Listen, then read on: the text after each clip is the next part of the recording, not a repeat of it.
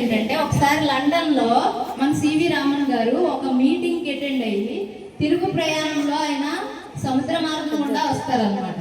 ఒక షిప్ ద్వారా వస్తారు. వచ్చేటప్పుడు పైన చూస్తే ఆకాశం బ్లూ కలర్ లో ఉంది, కింద చూస్తే మధ్యధరా సముద్రం ఏమో చాలా బ్లూ కలర్ లో ఆయన కనిపిస్తుంది అనమాట. దీనికి కారణం ఏంటి అనే ఆలోచన అక్కడ బయలుదేరి ఇక్కడికి వచ్చేంత వరకు, మన ఇండియాకి వచ్చేంత వరకు అదే ఆలోచన అనమాట ఆయనకి. ఎందుకు బ్లూ కలర్ లో ఉంది? Why is the sky blue in colour? Why is the water blue in colour? అసలు ఎందుకు బ్లూ కలర్ లో ఉన్నాయి అనే ఒక్క డౌట్ అనమాట ఆయనకి.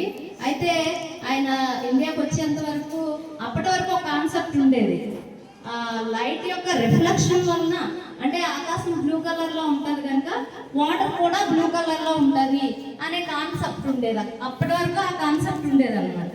అయితే ఆ కాన్సెప్ట్ తో ఆయన సాటిస్ఫై అవ్వలేదు. సాటిస్ఫై అవ్వకుండా ఇండియాకి వచ్చిన తర్వాత దానికి కారణం రిఫ్లెక్షన్ ఆఫ్ లైట్ కాదు, కాంతి ఏదైనా సాలిడ్స్ మీద కానీ, లిక్విడ్స్ మీద కానీ, గ్యాస్ పార్టికల్స్ మీద కానీ పడినప్పుడు లైట్ అనేది వెదజల్లబడుతుంది.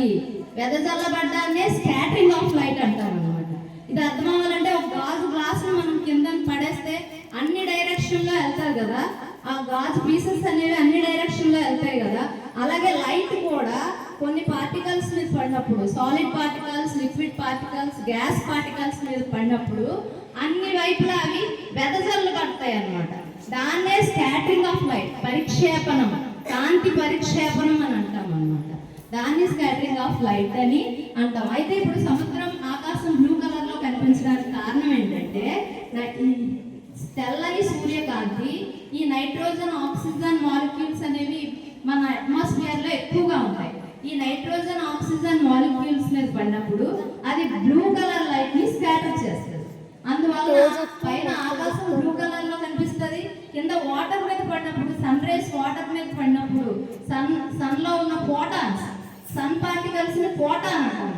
ఆ పార్టికల్స్ వాటర్ మీద పడినప్పుడు వాటర్ లో ఉన్న పార్టికల్స్ కూడా, కొన్ని ఆక్సిజన్ పార్టికల్స్, చాలా పార్టికల్స్ బ్లూ కలర్ లైట్ ని స్కాటర్ చేయడం వల్ల కింద ఆ సముద్రం కూడా బ్లూ కలర్ లో కనిపిస్తుంది.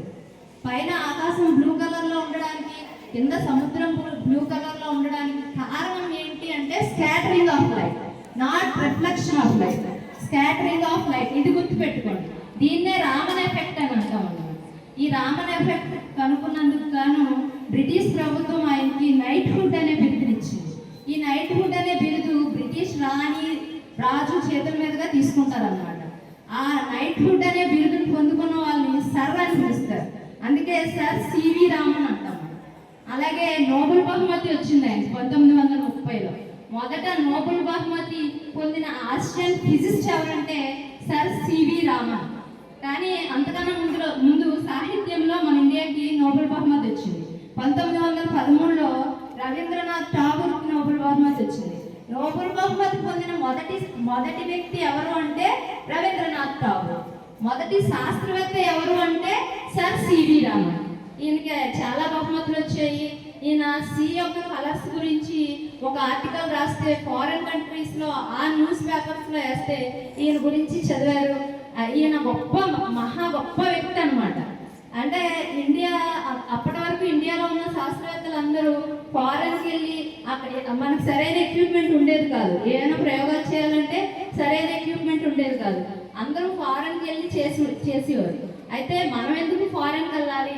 మనకి అందుబాటులో ఉన్న వస్తువులతో మనం కూడా చేయొచ్చు, ఇక్కడ కూడా ప్రయోగాలు స్టార్ట్ చేయొచ్చు అని చెప్పి ఆయన ఒక 200 రూపాయల కన్నా తక్కువ అనమాట. స్కాటరింగ్ ఆఫ్ లైట్ అనే ప్రయోగానికి 200 రూపాయల కన్నా తక్కువ అమౌంట్ యూజ్ చేసి ఒక బెంజిన్ ద్రవం ఉన్న ఒక ఫ్లాస్క్, తర్వాత మెర్క్యూరీ ల్యాంప్, తర్వాత 1వ స్పెక్ట్రోస్కోపీ, మూడింటిని యూజ్ చేసి స్పెక్ట్రమ్ని యూజ్ చేసి ఆయన ఈ ప్రయోగాన్ని చేశారనమాట. ఈ ప్రయోగాన్ని ప్రపంచ దేశాలన్నీ ఒకేసారి ఇండియా వైపు తిరిగాయి. అంటే ఇండియా వాళ్ళు అంతా తెలివైన వాళ్ళు కాదనుకునేవారు అప్పటి వరకు. కానీ రామన్ ప్రయోగంతో ప్రపంచ దేశాలన్నీ ఒకేసారి తిరిగి పడేలా చేసిన మహా గొప్ప శాస్త్రవేత్త ఎవరు అంటే మన Chandrashekhar Venkatraman. Okay, thank you all.